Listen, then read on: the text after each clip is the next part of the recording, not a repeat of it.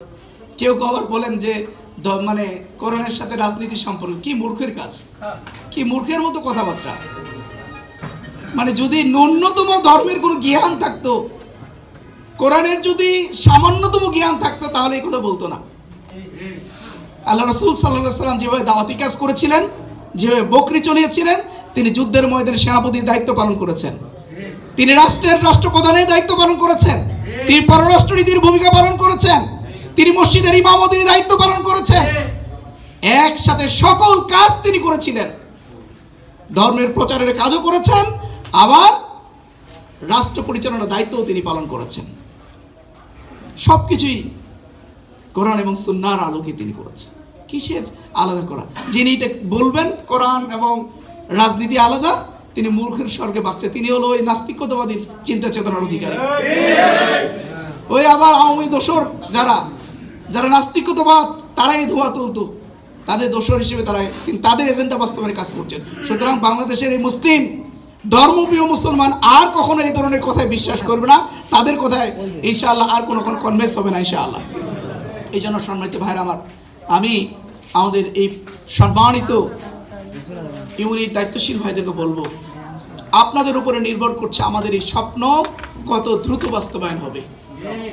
কারণ এই ইউনিট হলো সংগঠনের মূল ক্ষেত্র, এই ইউনিট হলো সংগঠনের কোষ। একটি দেহের কোষ যেমন ক্ষুদ্র একক, অনেকগুলো কোষের সমষ্টি যেভাবে একটি দেহ, ঠিক অনেকগুলো ইউনিটের সমষ্টি হলো একটি সংগঠন। এক একটা ইউনিট হলো একটি দেহের মতো একটি অঙ্গ। এই অঙ্গগুলো যত সুস্থ থাকবে, যত মজবুত থাকবে, একটি দেহ তত সুস্থ এবং মজবুতির সাথে টিকে থাকবে। যদি একটা ইউনিট যদি দুর্বল হয়ে যায়, কোনো এক জায়গায় যদি রোগাক্রান্ত হয়ে যায়, ইউনিট যদি তার দায়িত্ব সঠিকভাবে পালন না করে, তাহলে ওই দেহ যেভাবে অসুস্থ হবে, পুরো সংগঠন ঠিক সেভাবে অসুস্থ হয়ে যাবে। আজকে কর্মী বৃদ্ধি কোথায় হয়? কোথায় হয়? সমর্থক বৃদ্ধি কোথায় হয়? সহযোগী বৃদ্ধি কোথায় হয়? সক্রিয় সহযোগী কোথায় হয়? দাওয়াত ইউনিট কোথায় বৃদ্ধি হয়? সব কাজ ইউনিটি। কর্মী বৈঠক কোথায় হয়? তারবিয়তি বৈঠক কোথায় হয়? গ্রুপ দাওয়াতি কাজ কারা করেন? সব ইউনিটে হয়। ইউনিটের কাজের যোগফল হলো ওয়ার্ড, ওয়ার্ডের যোগফল হলো থানা, থানার যোগফল হলো মহানগরী, মহানগরীর যোগফল কেন্দ্র। তার মানে কেন্দ্র যে এত বড় রিপোর্ট পেশ করেন, এই রিপোর্টটা কার? ইউনিটের। তারপরে আপনারা হলো মূল কারিগর, দিন বাস্তবায়নের মূল কারিগর হলো আপনারা। আপনারা যেরকম ভূমিকা রাখবেন, এই সংগঠন তত দ্রুত সামনের দিকে এগিয়ে যাবে ইনশাআল্লাহ। পারবেন দায়িত্ব পালন করতে? ইউনিটগুলোকে সক্রিয় হইতে হবে, মজবুত হইতে হবে।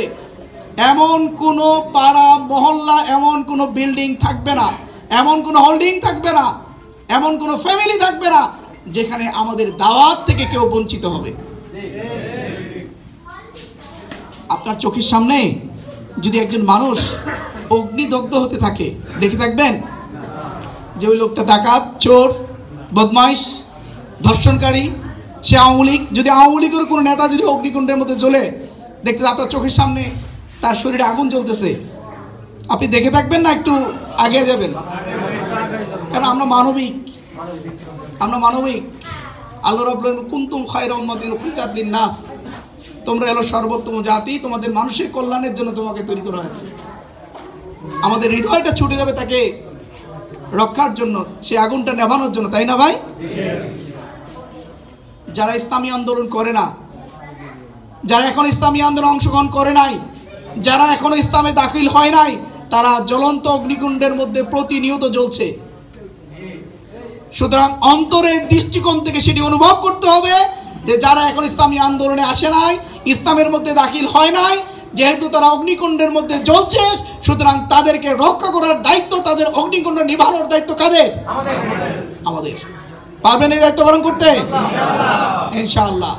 তার মানে প্রত্যেকটি পাড়ায় মহল্লায়, প্রতিটি মানুষের কর্ণে কুড়ে ইসলামের সুমহান আদর্শ তুলে ধরে তাদেরকে প্রিয় কাফেলায় শামিল করানোর উদ্যোগ গ্রহণ করতে হবে। সম্মানিত ভাইরা, সেই পরিবেশ এখন রব্বুল আলামিন আমাদেরকে দিয়েছেন।